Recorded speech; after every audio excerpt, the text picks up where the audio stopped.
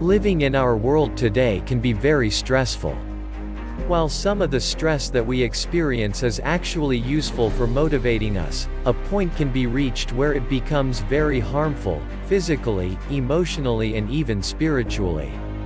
Knowing how to manage and even reduce the harmful effects of stress on a daily basis, of staying balanced and centered as we encounter the many stressors of everyday living, is crucial to our well-being.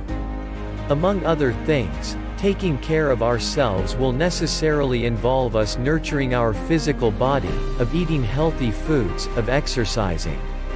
Learning how to take care of ourselves in this respect is also very important for everyone, as our experience of stress can and does affect others as well.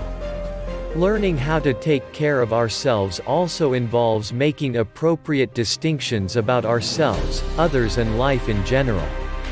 One distinction that is crucial for our well-being is realizing how and from where much of our stress is primarily generated. While some of the stressors that we face are a part of what it is to be a human being, much of the stress that we experience is of our own creation. A great deal of the stress that we experience has its origin in our own personal story and the meaning we make about life, in the thoughts that we think. Once we understand that we are truly the cause in the matter, that we are responsible for the thoughts that we create or invent, and that it is from these thoughts that much of our stress is generated, then and only then will we begin to be able to truly manage our stress and have the power to live the life that we want and love. Blaming others or situations for that which we experience will only limit our power, lead to frustration and eventually a great deal of stress.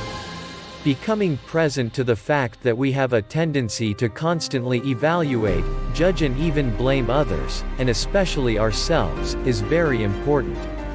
How we conceive of others and ourselves in this respect will make a huge difference in our experience of life.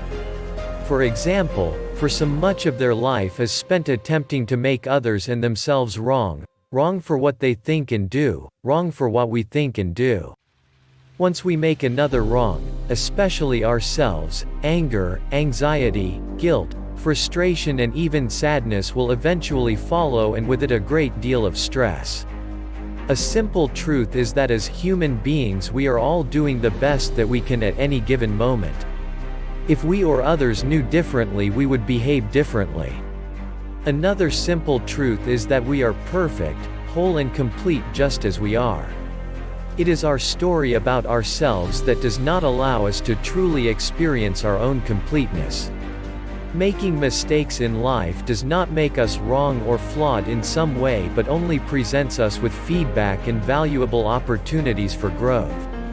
Becoming present to how we make ourselves wrong, of how we put ourselves down, allows us an opening to realize that we are not what we do or think. Our true self is something much different. Becoming present to our attempts to make others and ourselves wrong in some manner will also create a cleaning for us to begin to think, feel and behave differently. Once we fully realize that we are perfect, whole and complete just as are, we will bring forth into our lives experiences that will truly empower us and others. It will be at this point that we will begin to authentically take care of ourselves. Taking care of ourselves in this respect will also involve taking care of our true self, of unconditionally loving ourselves completely. It is only when we truly love and accept ourselves, as we are, in the present moment, that we will be able to do so with others. We always think, feel and behave towards others as we think, feel and act towards ourselves. One manner in which we can practice being who we truly are is beginning to become aware of the thoughts and beliefs that exist within us, including and especially those that are self-limiting. Meditation and other holistic, self-enhancement techniques of this nature allow us this ability and opportunity to watch, monitor and become present to our inner world, to the very thoughts that generate our life and experiences. Such a process will eventually allow us to truly understand that we are not our thoughts and beliefs, that we are something different from, that we are much more. Our thoughts are merely a part of the machinery of being human.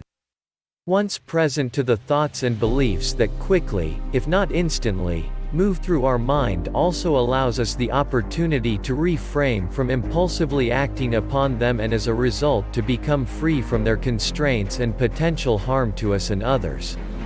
Such a meditative process, especially as it applies to the thoughts and beliefs that we have about ourselves, is the key to truly taking care of yourself. Such awareness will eventually allow us to truly experience the fact that we are good enough, just as we are, one that deserves to have a wonderful and powerful life, that we truly are perfect, whole and complete. Once we fully understand this for ourselves, it will allow us to get it about others, for those that we work with and for those in our lives that we love. The end result of such a meditative process is that much of the stress that we experience, especially that which we create, will simply not exist, allowing us to create or invent the life that we truly want and love and to live it powerfully. If you haven't subscribed yet, remember to subscribe. Also, hit the bell icon to get immediate update notifications. Thanks for watching. I'll see you next time.